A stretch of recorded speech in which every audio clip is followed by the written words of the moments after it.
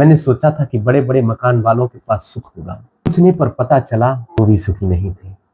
मैंने सोचा कि बड़ी बड़ी दुकानों वालों के पास सुख होगा, उनसे पूछा तो पता चला वो भी सुखी नहीं थे। ढूंढा सुख की तलाश करने वालों ने, और सुख की तलाश करते करते एक कवि ने तो यहाँ तक लिखा है कि ऐ सुख तू कहाँ बसता है, तेरा क्या कोई स्थायी पता है, क्यों वन बैठा है अनजाना, आखिर कहाँ है तेरा ठिकाना। कहाँ कहाँ ढूंढा तुझको पर ना कहीं मिला मुझको, ढूंढा ऊंची दुकानों में, बड़े बड़े मकानों में, स्वादिष्ट पकवानों में, चोटी के धनवानों में, लेकिन समस्या थी वो भी तुझको ढूंढ रहे थे, बल्कि मुझसे पूछ रहे थे क्या कहीं सुख को देखा है। मेरे पास तो दुख का पता था जो अक्सर सुबह शाम मिलता था।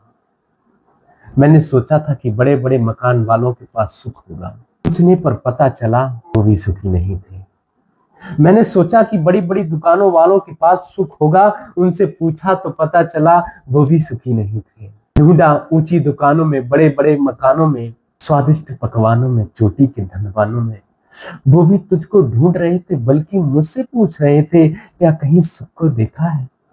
मेरे पास तो दुख का पता था जो अक्सर सुबह शाम मिलता था।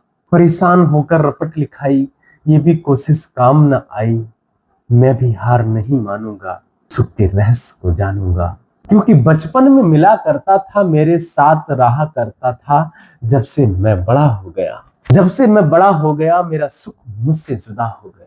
जैसे जैसे मैं बड़ा हुआ, जैसे जैसे संसार और समाज की परवरिश ने मुझे एहसास कराया, मुझे बताया कि पड़ोस में मत जाना, पड़ोस में वो जाति विशेष के लोग रहते हैं। जैसे जैसे मैं बड़ा हुआ तो उन्होंने बताया कि सुख तो साधनों में छुपा हुआ है। अब याद आया फिल्मी दुनिया का गाना कि ये दौलत भी ले लो, ये शौहरत भी ले लो, भले छीन लो मुझसे मेरी जवानी, मगर लौटा दो मुझे वो बचपन का सागर, वो कागज की कश्ती, वो बारिश का पानी। वो कागज की कश्ती में सुख था, वो बारिश के पानी में जो आनंद था, आज इन जहाजों में भी उड़ करके नहीं मिल पा रहा है।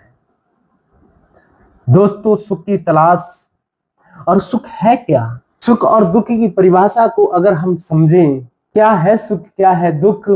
एक मालिक अपने नौकर को बादाम का हलवा खाकर के भी डांटता है और कहता है कि तू बूढ़ा हो गया मेरे घर में, तुझे आज तक बादाम का हलवा बनाने नहीं आया। और एक परिवार झोपड़ी में रह रहा है, और झोपड़ी में रह रहा है, आज उसके बच्चों को साग से खाना मिल गया है, सब्जी से खाना मिल गया है कई दिनों के बाद, तो वो हाथ उठा करके भगवान का शुक्र कर रहे हैं। शुक्र है तेरा भगवान, शुक्र है तेरा भगवान कि आज तूने हमको खाने से, सब्जी से रोटी दी है। एक महिला है, एक 10वीं माला पर रहती है, और आज उसके घर में किसी कारण से एसी नहीं चली है, तो सुबह को शिकवा करती है अपने पति से और कहती है मुझे तो नींद नहीं आई, मुझे नींद नहीं आई क्योंकि घर में एसी नहीं चली। और एक किसान है बेचारा, अपनी रात को खेत में पानी लगाता है और सुबह को आकर के अपनी पत्नी से शुक्र करता है। सुनती हो, रात को पूर्वा हवा चल रही थी, खेत में पानी लगाया, खेत में पानी छोड़ दिया था, और वही मेड़ पर मैंने हाथ की तकिया लगा करके फर्राटे की नींद लेकर के सोया था। 1-2 घंटे मात्र सोने वाला, वो भी खेत की मेड़ पर, और वो किसान बेचारा शुक्र करता है, शुक्र करता है और अपनी पत्नी से कहता है आनंद आ गया। एक एसी ना चलने के कारण अपनी पत्नी को शिकायतें करती है एक महिला। दोस्तों, क्या है सुख क्या है दुख। अचानक ये आवाज आई, क्या मुझको ढूंढ रहे हो भाई, मैं तो तेरे घर में छुपा हुआ हूँ, मेरा नहीं है कुछ भी मोल, सिक्कों में ना मुझको तोल, बच्चों की मुस्कानों में हूँ, हारमोनियम की तानों में हूँ, माँ बाप के आशीर्वाद में हूँ, घर के बने हुए प्रसाद में हूँ, घर के बने हुए प्रसाद में हूँ। दोस्तों, महत्वाकांक्षाएं गलत नहीं होती हैं, महत्वाकांक्षाएं सुख को प्राप्त करने की करनी चाहिए, उसके लिए एफर्ट करने चाहिए, प्रयास करने चाहिए, लेकिन लालसाओं की वजह से परेशान नहीं रहना चाहिए, अपने एफर्ट लगाने चाहिए। जिंदगी कोई लोहे की पटरी की तरह नहीं है जो समानांतर चलती रहेगी, जिंदगी कोई लोहे की पटरी की तरह नहीं है जो समानांतर चलती रहेगी।